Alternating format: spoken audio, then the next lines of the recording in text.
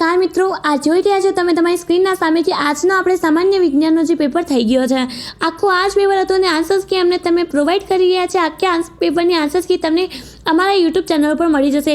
Video and સુધી જોજો. બધા પ્રશ્ન પેપરની આન્સર્સ કી તમને અહીંયા જણાવી દઉં. ચલો, વધારે ટાઈમ નથી, ફટાફટ આપણે આન્સર્સ કી સ્ટાર્ટ કરી દઈએ. સૌથી પહેલાં હતો વિભાગ એ. સૌથી પહેલાં પ્રશ્ન હતો બહુચરાજીનો મેળો. તો એનામાં આપશે તમારે ફર્સ્ટ પ્રશ્નનો જવાબ અહીંયા આવી જશે આ, મહેસાણા. પંડિત બહોરબેલ, આનો જવાબ આવી જશે આ. થર્ડ આવશે કુદરતનો સફાઈ કામદાર, અહીંયા આવી જશે ગીધ. અને પવન ઉર્જા, તો અહીંયા આવી જશે આપણે લાંબા. અને પૃથ્વી પરિષદ, તો આનો જવાબ આપણે આવી જશે આ, સ્ટોકહોમ. ઓકે, આ આન્સર જવાબ આવશે. હવે આપણે આવી જઈએ ખરું અને ખોટામાં. તત્વ વિજ્ઞાનથી ભરપૂર એવા સાહિત્યને અરણ્યો કો કહે છે. સાચું. જૂનાગઢમાં 4 ગુફા મંસોળ આવેલા છે. ખોટું. સરકારે આવશ્યક ચીજ વસ્તુઓ માટેનો ધારા 1977માં અમલ્ય મૂક્યો છે. ખોટું.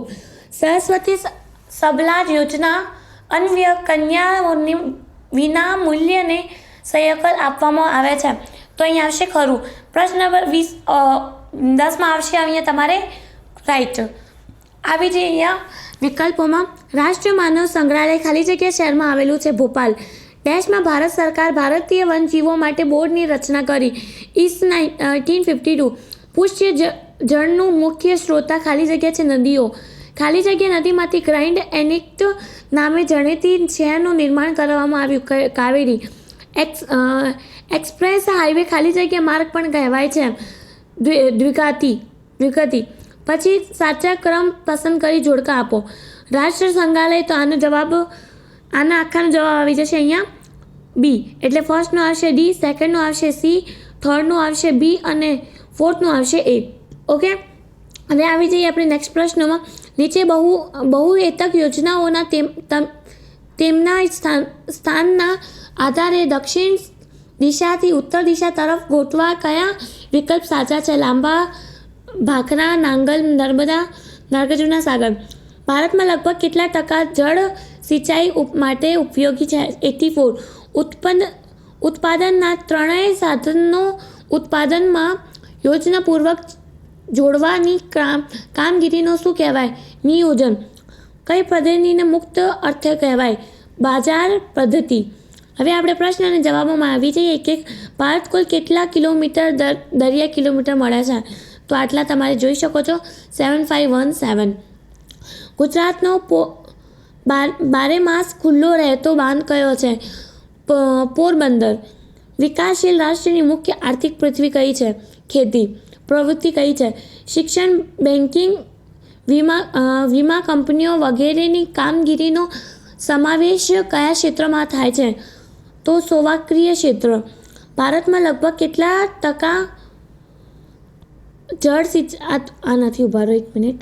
હવે ઓકે, વિભાગ બી. વિભાગ બીમાં ભારતમાં ઉજવાતા ઉત્સવની માહિતી આપો.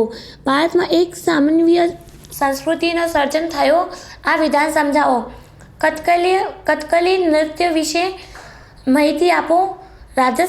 રાજસ્થાનનું બિકાનેર જળતર કામ માટે જણાતું છે, આ વિધાન સમજાવો.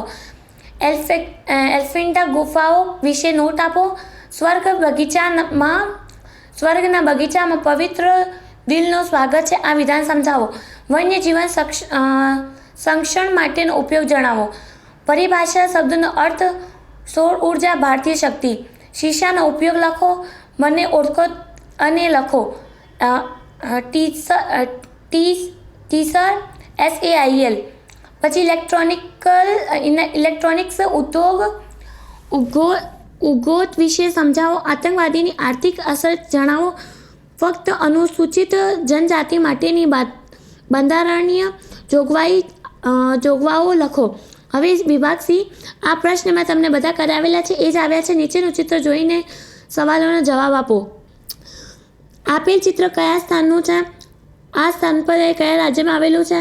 તેનું બાલકામ કયા સ્વરૂપ છે? સારનાથના સ્તંભનો પરિચય આપો. આ પ્રશ્ન પણ મેં કરાવ્યું હતું. વલ્લભી વિદ્યાપીઠ વિશે જણાવો. આ પણ પ્રશ્ન મેં કરાવ્યું હતું તમને. ભૂમિ સાક્ષરનો ઉપયોગ લખો. આ મેં નહોતું કરાવ્યું. ઘણ પ્રકારની જમીન ઓછી ફળદ્રુપતા ધરાવે છે. કારણ આપો. વૈશ્વિકરણ વિશે ટૂંક નોંધ લખો. આ 3 પ્રશ્ન મેં તમને કરાવેલા છે. પછી આવી જઈએ નેક્સ્ટ પ્રશ્નમાં. ઓકે, ભાવધારણના કારણ જણાવો. પછી મહિલાઓના કલ્યાણ માટે ભારતે કઈ કઈ યોજનાઓ અમલ મૂકી છે. આ પ્રશ્ન મોસ્ટ ઇમ્પોર્ટન્ટ હતા. આ બધા પ્રશ્ન તમારે આવ્યા છે. હવે આપણે અહીંયા સૌથી પહેલાં આને વાત કરી લઈએ મેપ માટે. કાળી જમીન પરિયાર અભિયાન એટલે દક્ષિણ તમિલનાડુ મગફળીથી પકાવતું એક રાજ્ય.